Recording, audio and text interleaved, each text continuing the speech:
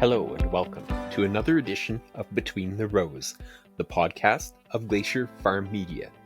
I'm your host this week, Gord Gilmour. In this episode, we'll be talking about how the federal election might affect agriculture. And we're certainly going to see some fresh faces on the Agricultural Committee. And an agriculture leader gives the incoming ag minister some straight talk. Muscle into the table, use your elbows to get in if you need to.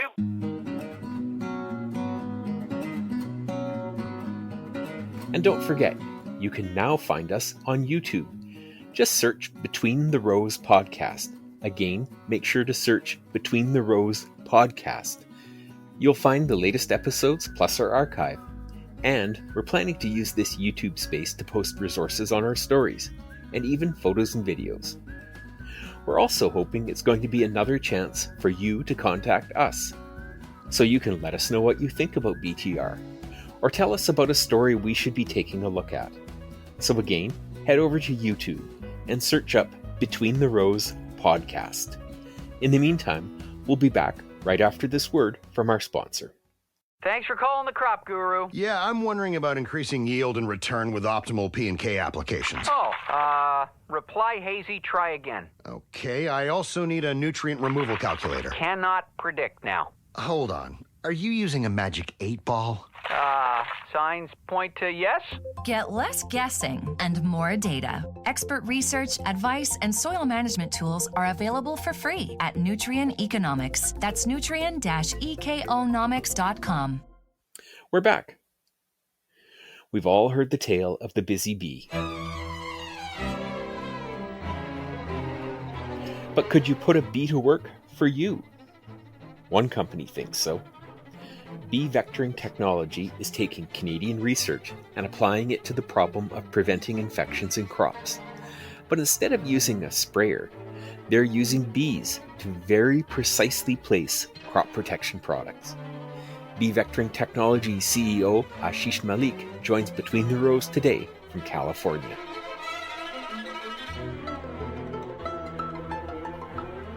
Ashish, thank you very much for joining us today.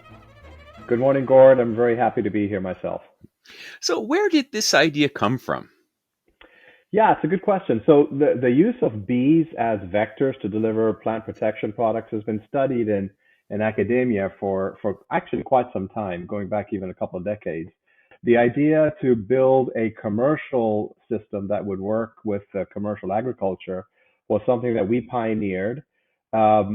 The technology, the ideas came actually out of the University of Guelph in Ontario, some late 90s, early 2000s, by a couple of professors who are since retired, who were looking at, on the one side, what are the kinds of products, the plant pathology side, that could be best suited for bee vectoring, and then, of course, the bee experts that worked at the universities that kind of put their heads together and came up with the idea of bee vectoring. So now, can you just give me a sort of a simplified explanation of how it works? So we work with commercial beehives. So we don't work with the bees that are, wild you find in nature. So we work with the ones that farmers will either rent for the season to help pollinate their crops or buy, in the case of bumblebees, for greenhouse production primarily. So we work with those, we call them managed beehives. And we have dispensers that work together hand in hand with the bees themselves that get placed in those hives. And as the bees leave the hives to forage, because of course the flower represents a nutritional source for them, right? So they visit the flower to bring nutrition back to the colony to feed the colony. During that process, as they exit the hives, they walk across our dispensers and they pick up in powder form our biological control agent, which then, in a sense, we are cargoes as the bees fly to the flower. When they visit the flower, that's when the microbial product falls off their bodies, colonizes the plant tissue, and gives the crop protection properties that the farmers are looking for.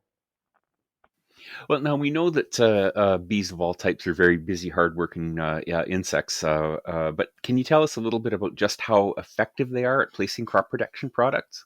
Yeah, they're very effective. So you think about the benefit of our system. The bees are going to visit the flower alone, right? They're not going to go wander off. That's their food source. So that's their kind of mission, if you will.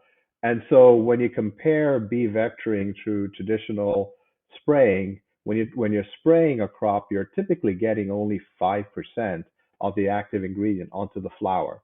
In our case, you're getting 100% of what the bees are carrying delivered to the flower. So that it's a very targeted application. It's a very efficient application, and the bees are wonderful because they keep visiting the flowers in that same field day in, day out during the entire bloom period. So, farmer may be spraying once or twice during the bloom period, which means that any flowers that might open after a bloom, before the next bloom, are actually left exposed and vulnerable to a pathogen, versus the bees who are constantly visiting any new flower that opens up that gets, potentially a colony of the biological control agent colonizing that freshly opened flower. So very effective, very efficient, extremely targeted. In fact, we coined the phrase that this is precision natural agriculture, right? So it's or natural precision agriculture, I should say. So very effective. And now I think I'd be safe to say that most of our listeners are going to be a lot more familiar with doing this a mechanical way. Uh, I imagine there must be a lot of other benefits, though, in terms of its environmental footprint and so on. Could you run us through some of those? Yeah, so I mean, I already talked a little bit about the effectiveness and the fact that you're in a very precise way getting the biological to where the source of the infection would be through the flower. So very efficient in that regard. But in terms of environmental benefits, so we are it's a natural system, so we don't use any fossil fuels compared to heavy machinery that could be used, or even crop dusters, airplanes that are still used for delivering traditional methods of spraying. So no fossil fuels is a huge advantage. We also don't use any water. So, for example, I live in California where we're dealing with droughts every year, 3 years in a row. Farmers have been rationing the amount of water that's available to them. So this eliminates all of the use of water for delivering crop protection. So they can apply whatever small quantities of water that they have for the nutritional needs of the crop itself. So that's another big advantage. And biologicals, because they have a less of an impact on soil and things like that, it's better also from a regenerative agriculture perspective in terms of maintaining a clean soil environment. So now, where would we go and see this technology in action today?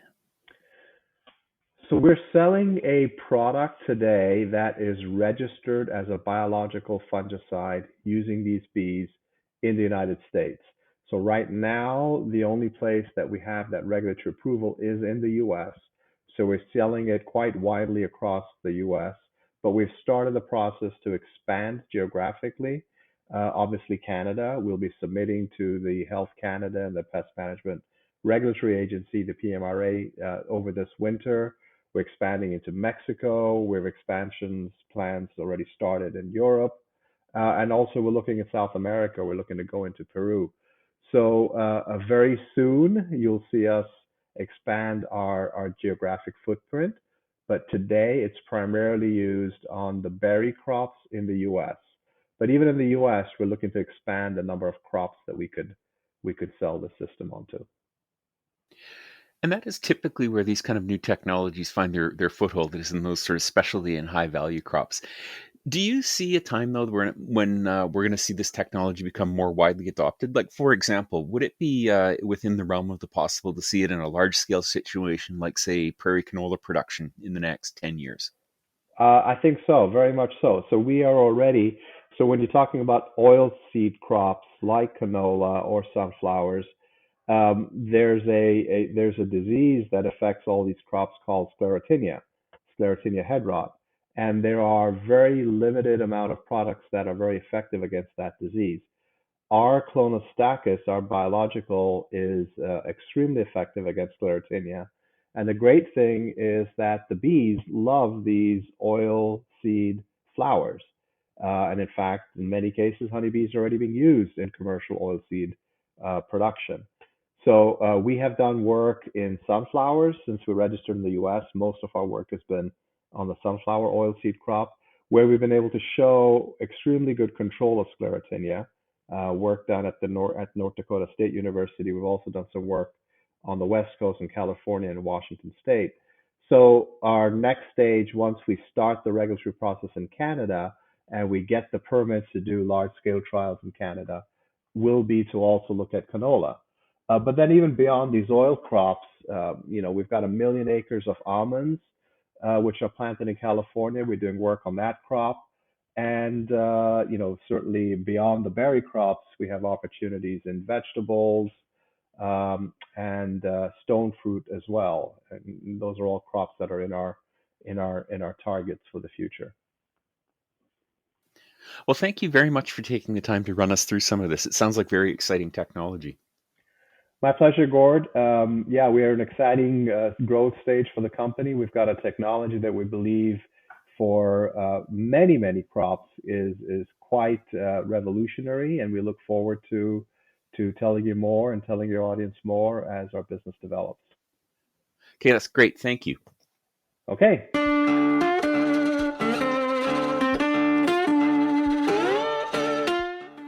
That was Ashish Malik telling us about how bees might beat sprayers in the future.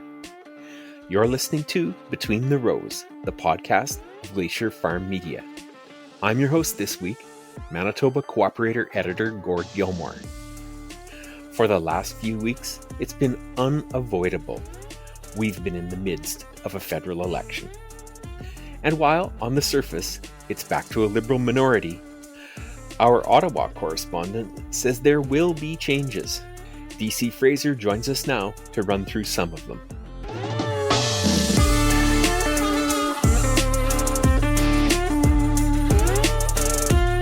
David, thanks for making the time to be here. Yeah, thanks so much for having me. So the election we've just been through, it's been described as the $600 million cabinet shuffle. I think I saw a Beaverton headline that said it was the election that everybody lost. Is that a fair characterization of what we've just been through as a country? I mean, considering that's kind of what we're getting here, I guess it is fair.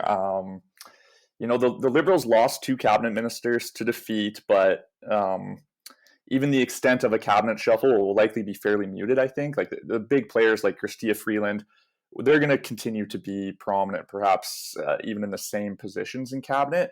And I get the headlines that a lot of Canadians have been seeing after this election, because it's pretty easy to be jaded here, particularly if you look, or if you're one of the millions of voters who were looking for that change in government. I'm one of those folks who tries to look on the bright side. And so here it is. Any opportunity to debate issues at a national level, I think it's a privilege. And at least this election provided Canadians with an opportunity to do that. And we've concentrated, I think, a lot on what it's left the same.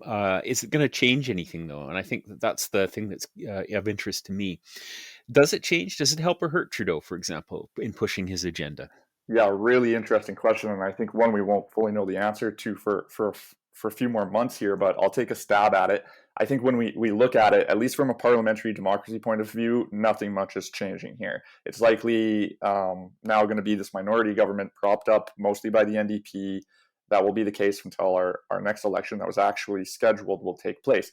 When it comes to Trudeau, of course, his government can be defeated before then. That seems unlikely, just given the appetite across the country for yet another election before 18 months from now. Trudeau, though, I think he's going to have to reckon with most Canadians seeing this election as kind of a cynical power grab by the Prime Minister. When you look at this catalog of scandals that he survived, both on the political and the personal side, I'm kind of hesitant to doubt the guy, but he's clearly spending what little likability capital he has left. And given the results of the last 2 elections, I'm not sure how enthusiastic his own caucus is going to be to see him run again. I think the bottom line is that despite delivering a status quo government, it is becoming pretty clear that Canadians aren't satisfied with that status quo. And for the Liberals, the easiest pivot for them to respond to that might be through a new leader. In some ways, this kind of reminds me of Brad Wall's final days with the Sask Party. Maybe more seasoned political watchers will have like a better example than this, but I was there for it, and I did see some parallels. The Sask Party remained popular. Wall himself was beloved, so that wasn't quite the same. But within Wall's caucus and the party ranks, there were concerns because scandals were growing in that government, and there were symptoms of a long-term government creeping in. That usually looks like arrogance within government and the scandals that I mentioned before. Rather than let that become a problem at the polls, though, Brad Wall spent months just doing a victory lap, celebrating all the accomplishments he had done already in government. And then he just left, and in doing so, he took all the dirty laundry with him, and he gave his successor, Scott Moe, basically a clean slate to govern from. I don't know if that's something the Liberals can steal, a playbook, something from the playbook the Liberals can steal, but it's something that crossed my mind. And then more honed in, I guess, on the sector that we pay a lot of attention to. What is this going to mean on the agriculture front? For example, is the expectation Marie-Claude Bibeau will continue on as minister? Yeah, well, I'm sort of all eyes on this one, and there's a couple things at play here. First, the Liberals, they lost 4 female cabinet ministers since Parliament was dissolved. I think 3 were defeated on Monday night, and then one, Catherine McKenna, she chose not to run this time around. Given the Prime Minister's commitment to gender parity within cabinet and Bibeau's competence within cabinet, it's likely she's going to stay. Now, will it be in agriculture? I'm not sure. She does have a bit of a reputation of being difficult to work with. It really isn't hard to find Liberal staffers or former staffers of her in particular who will tell you that. But overall, I think she's performed well enough to stay in the portfolio. And I don't think there's like huge calls for a fresh face in the posting, particularly coming from industry. But, like for what it's worth, former Ag Minister Lawrence McCauley, he's still in the picture. He won his seat convincingly on Monday, so he's back. And as we all know, cabinet building is an art, and it takes into consideration more than just performance. There's a lot of politics behind the scenes at play here, so I'm not in a position right now to say how that may impact Bibeau's standing, and I'm not a betting man, but if I was, I reckon she's going to stick around cabinet. And now you touched on this a little bit in your response there. With every election, some MPs disappear, new ones appear. I'm assuming that's the case here. In particular, in the agriculture industry, are there faces that we won't see anymore? Are there new faces that we should keep an eye out for?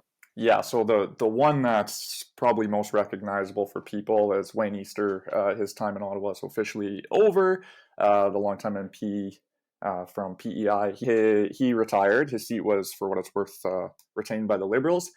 And we're certainly going to see some fresh faces on the Agricultural Committee. Who those fresh faces will be, we're not sure. But for starters, after barely holding his seat in 2019, the chair of that committee, a Liberal by the name of Pat Finnegan, he chose not to run again this time around. His seat was one of those in the Maritimes we saw flip blue early in the night. The Liberals lost 2 other members sitting on that committee, including former Parliamentary Secretary for Agriculture, Mr. Neil Ellis. And a third Liberal might need to be replaced on that committee yet, depending on the result of one of those still too close to call seats in Ontario.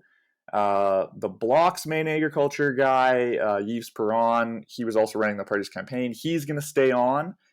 He was able to just barely retain his seat. So who the new faces are, we're not quite sure, but definitely a lot of sort of mainstays on the Agricultural Committee won't be back in Ottawa when politicians return here. And now, I guess the final question I have for you is, what will you be watching through the agriculture lens as Ottawa gets back to work? Yeah, so the big and sort of never-ending challenge for the Minister of Agriculture seems to be reforming business risk management programs in Canada. And as the current Canadian Agricultural Partnership Agreement is soon to expire, the next round of negotiations for that are beginning. And so that's going to be a huge task of Bibeau or whoever ends up replacing her as Minister of Agriculture. And we all saw and know the role that climate change played in this election and likely will continue to play in elections. There's calls for the incoming agricultural minister to get to work right away on developing things like a national strategy for Canadian agriculture to ensure that our food systems here are more sustainable. There's tons of work to be done there. There's calls for the agriculture minister to better work with her colleagues across cabinet to get things done, like removing impediments to trade, or reforming legislation like the Canadian Grain Act. There's calls to bring into a focus our animal health policies, to focus those a little bit more than they currently are. There's still this challenge of expanding internet services. We need to get more farmers into the game and ensure intergenerational transfers are more easily done. The Minister of Agriculture, whoever it is going to be busy, I'm sure. Well, thank you for taking the time on the morning after the election to run us through that. Yeah, thanks so much. It's a pleasure as always.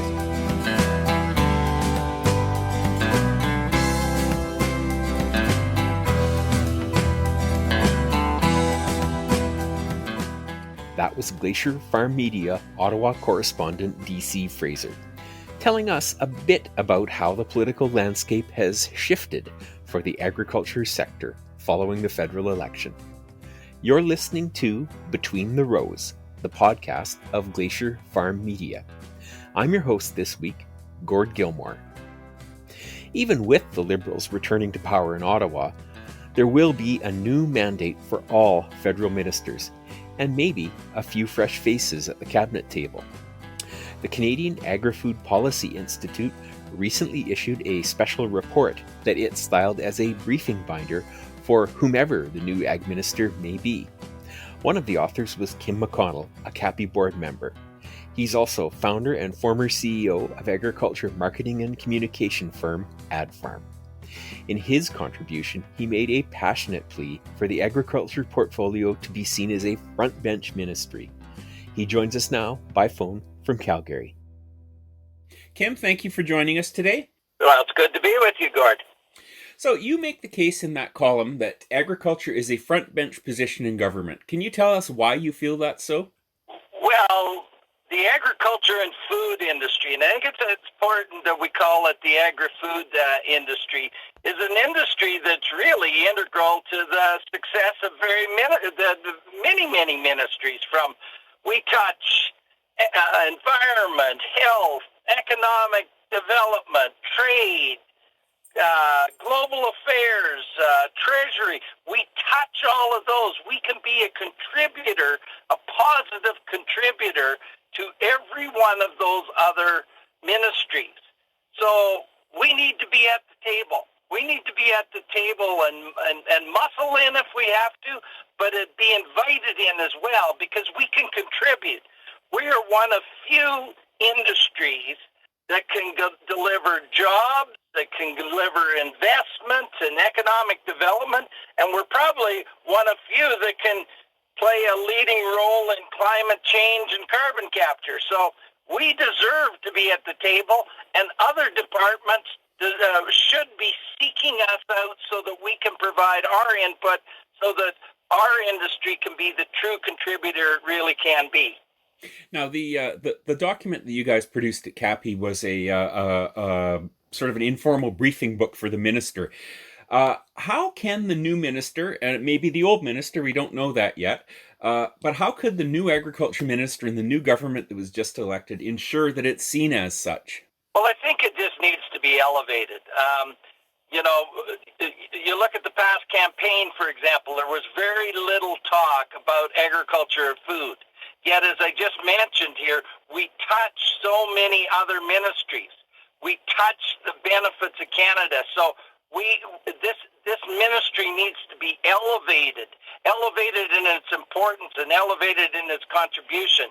And I think that's what the Prime Minister has an opportunity to do, is to elevate this ministry so that it is truly, and this minister, so it is truly reflects the contributions that it can deliver.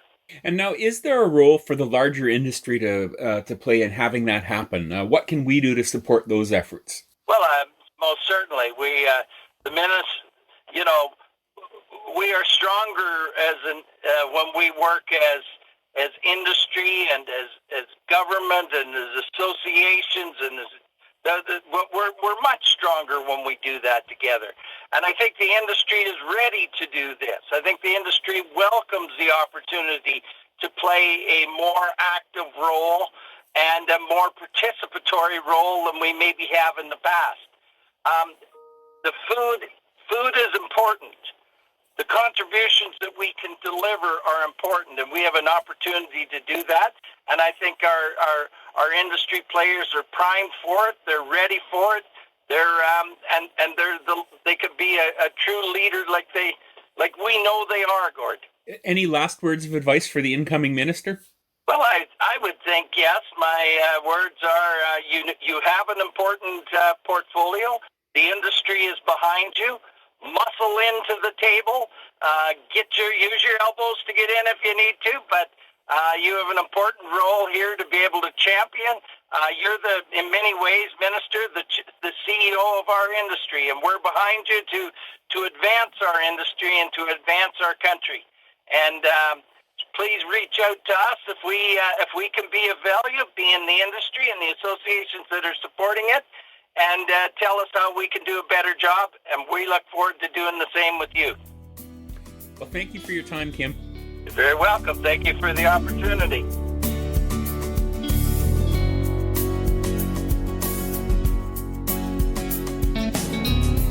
That was Canadian Agri-Food Policy Institute board member Kim McConnell on why agriculture is a key government portfolio and should be seen as such. You're listening to Between the Rows, and I'm your host this week, Gord Gilmour. One final and very important point before we go. As you know, the Government of Canada recently passed legislation marking September 30th as a day to recognize and commemorate the history and legacy of residential schools as part of the Truth and Reconciliation Commission's calls to action. Here at BTR and across the Glacier FarmMedia network, we're recognizing that day, with coverage exploring that legacy from a rural and agricultural perspective. I hope you'll join us. That's it for this week. I'm your host, Gord Gilmour, saying so long, and we hope to see you again next week.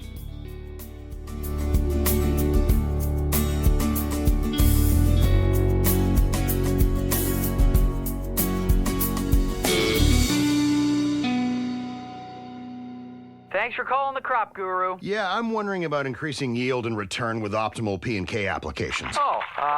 Reply hazy, try again. Okay, I also need a nutrient removal calculator. Cannot predict now. Hold on. Are you using a magic 8-ball? Signs point to yes. Get less guessing and more data. Expert research, advice, and soil management tools are available for free at Nutrien Economics. That's nutrien-economics.com.